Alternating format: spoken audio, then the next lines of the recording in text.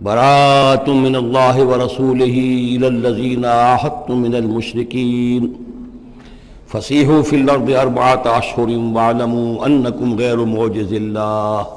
وان اللہ مخزی الکافرین صدق اللہ العظیم۔ رب اشرح لی صدری ویسر لی امری واحلل عقدۃ من لسانی یفقہوا قولی۔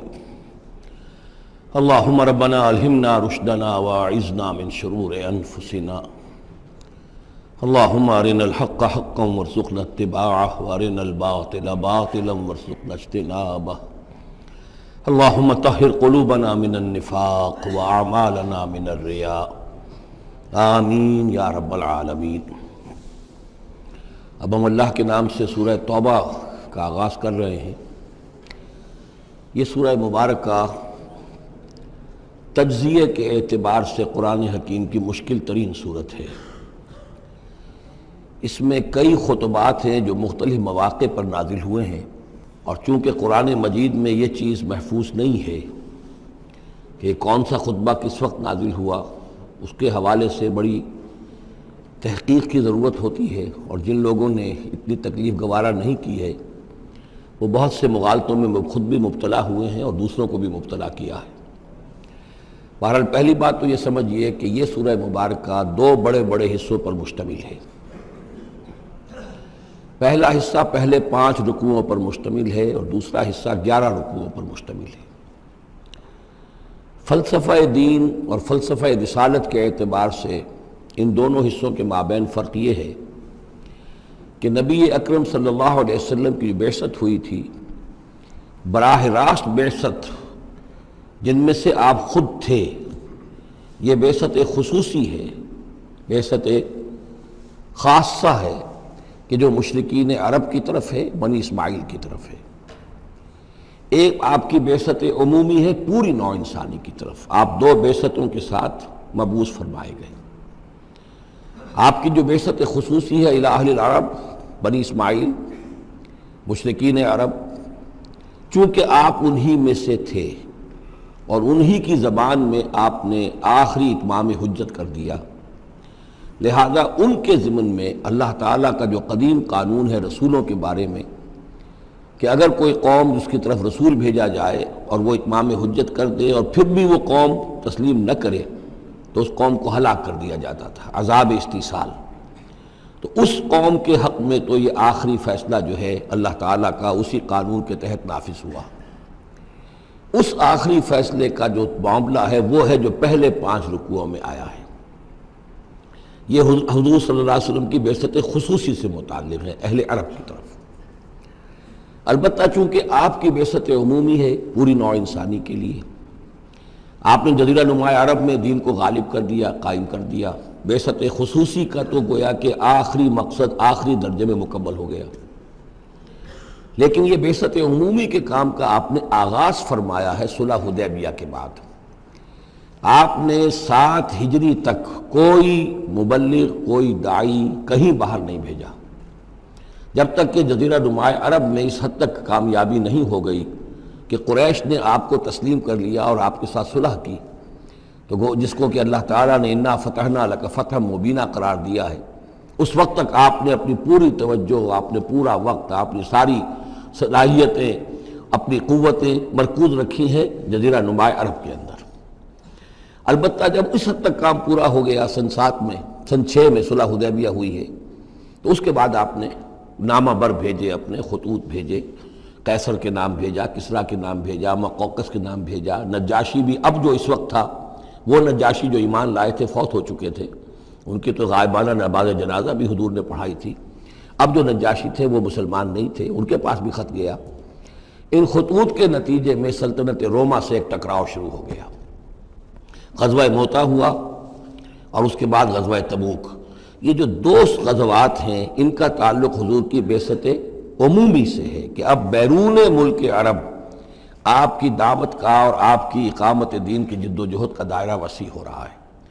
تو 11 رکوع اس سورہ مبارکہ کے اس سے بحث کر رہے ہیں،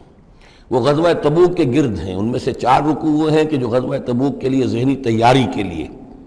اور اس کے بعد کچھ آیات وہ ہیں کہ جو تبوک جاتے ہوئے اور تبوک سے واپسی پر نازل ہوئیں، اور کچھ حصہ وہ ہے جو تبوک سے واپس آ کر نازل ہوا، وہ تو ہے 11 رکوع جو چھٹے سے شروع ہو کر 16ویں تک جائیں گے مسلسل۔ البتہ پہلے 5 رکوع وہ ہیں کہ جن میں اندرون جزیرہ نما عرب، اندرون ملک آپ کے جو مشن تھا اس کی تکمیل کا جو آخری مرحلہ تھا اس کا اعلان ہو رہا ہے۔ اب یہ جو 5 رکوع ہیں ان میں بھی ایک عجیب تقسیم ہے۔ ان میں 2 رکوع وہ ہیں کہ جو سن 8 ہجری میں فتح مکہ سے قبل نازل ہوئے ہیں، ان میں تیار کیا گیا ہے مسلمانوں کو فتح مکہ کے لیے کہ وہ نکلیں، اور ساری رد و قدا ہو رہی ہے کچھ لوگوں کی طرف سے، کچھ منافقین کی طرف سے، کچھ سادہ دل مسلمانوں کی طرف سے، نیک دل مسلمانوں کی طرف سے، کچھ ایسے لوگوں کی طرف سے کہ جن کے وہاں رشتہ دار ہیں کہ اب اگر جنگ ہوگی اور جا کر ہم حملہ کریں گے مکے پر تو اس سے یہ ہے کہ ان رشتہ داروں کو بھی غضب پہنچے گا۔ کچھ ایسے مسلمان تھے جن کی فیملیز وہاں تھیں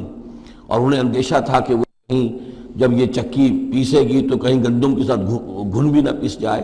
تو ایک رد و قدا ہے جو ان 2 رکوعوں میں آپ کو ملے گی کہ جو نازل ہوئے ہیں سن 8 میں فتح مکہ سے قبل،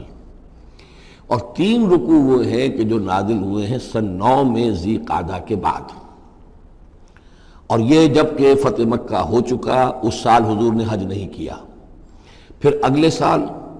آپ نے بھی دوبارہ حج نہیں کیا، لیکن آپ نے ایک قافلہ بھیج دیا تھا کہ وہ جائے، اور اس کے امیر کی حیثیت سے حضرت ابوبکر صدیق رضی اللہ تعالیٰ عنہ تھے امیر الحج۔ لیکن جب وہ قافلہ روانہ ہو چکا تھا ذی قعدہ سن 9 میں، تو پھر وہ آیات نازل ہوئیں کہ جو 3 رکوعوں پر مشتمل ہیں، جن میں آخری اعلان کیا گیا ہے کہ اب آئندہ یہاں کوئی عرب، کوئی مشرک حج کے لیے نہیں آئے گا۔ سن 9 کا حج وہ مشترک تھا، اس میں اہل ایمان بھی تھے اور اہل شرک بھی تھے، مشرکین مکہ بھی تھے، ان کو بھی اجازت تھی۔ اور وہاں اعلان کیا گیا کہ آئندہ مشرکین کے ساتھ اللہ کا کوئی معاہدہ نہیں ہے، اور ایک مہلت دی جا رہی ہے اتنے وقت معین کی، اس کے اندر یا تو وہ اسلام لے آئیں